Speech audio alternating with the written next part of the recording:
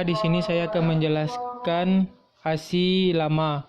Terdiri dari 4 entiti. Yang pertama pasien, bagian administrasi, dokter, dan pimpinan. Data pasien diberikan kepada bagian administrasi, lalu bagian administrasi mencatat data pasien dan menyalin data pasien ke buku besar.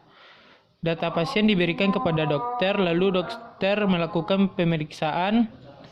Hasil pemeriksaan dicatat, hasil pemeriksaan dan resep obat diberikan kepada bagian administrasi. Apabila rawat inap, bagian administrasi mencatat kebutuhan pasien, obat pasien, ruangan inap, dan biaya. Lalu biaya harus dibayar. Apabila tidak, membuat rincian pembayaran yang harus dibayar pasien. Lalu membuat kwitansi. Kwitansi dibuatlah 2 kwitansi. Yang pertama untuk pasien, lalu untuk membuat laporan rincian biaya yang diberikan kepada pimpinan. Saya akan menjelaskan ASI baru. Terdiri dari 4 entiti juga. Yang pertama pasien, bagian administrasi, dokter, dan pimpinan.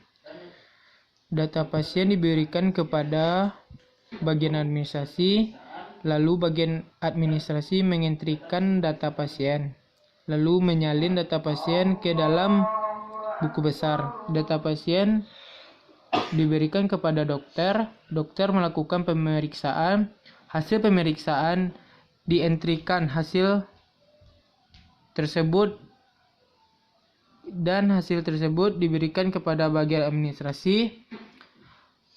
Bagian administrasi apabila pasien tersebut rawat inap mengentrikan kebutuhan pasien dan obat pasien, ruang inap, dan biaya. Setelah itu biaya yang harus dibayar pasien. Apabila tidak inap, maka bagian administrasi hanya mengentrikan rincian biaya yang harus dibayar pasien. Lalu mengentrikan kwitansi. Kwitansi terdiri dari 2 kwitansi juga. Yang pertama untuk pasien, yang kedua untuk laporan rincian biaya yang diberikan kepada pimpinan. Yang ketiga adalah konteks diagram. Sistem informasi pada klinik XYZ. Masukkan kepada pasien kwitansi pembayaran. Masukkan kepada dokter data pasien, dan keluaran pada dokter adalah hasil pemeriksaan pasien dan resep obat. Pada bagian administrasi, masukkan kepada bagian administrasi laporan data pasien, laporan kwitansi pembayaran. Pengeluaran dari administrasi adalah entry data pasien, entry kebutuhan obat pasien, ruang inap pasien, lalu entry rincian biaya. Pada pimpinan, laporan data pasien, lalu laporan data pembayaran, lalu laporan hasil pemeriksaan dan resep obat.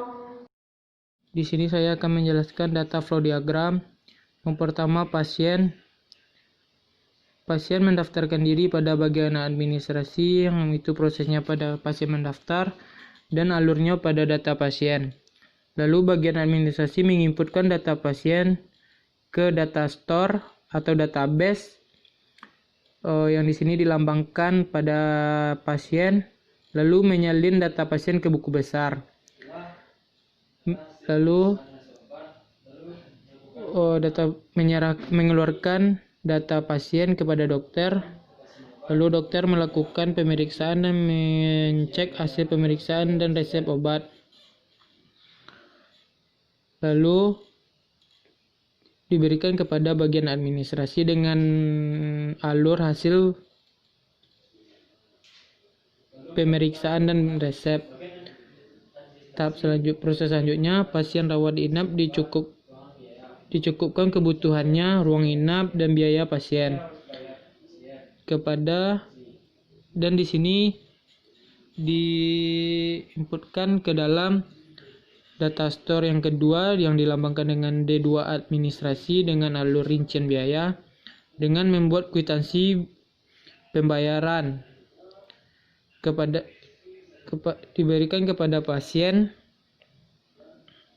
Pasien mendapatkan kwitansi pembayaran dan kwitansi selanjutnya membuat laporan perincian biaya diberikan kepada pimpinan. Baiklah, di sini saya akan menjelaskan entity relationship diagram. Di sini saya mendapatkan data store 2 buah, yaitu pasien memiliki atribut ID pasien, nama pasien, alamat, umur, dan keluhan. Pada ini primary key-nya berada pada ID pasien. Lalu data store yang kedua administrasi yang memiliki atribut ID administrasi, ID pasien, tanggal, dan total bayar.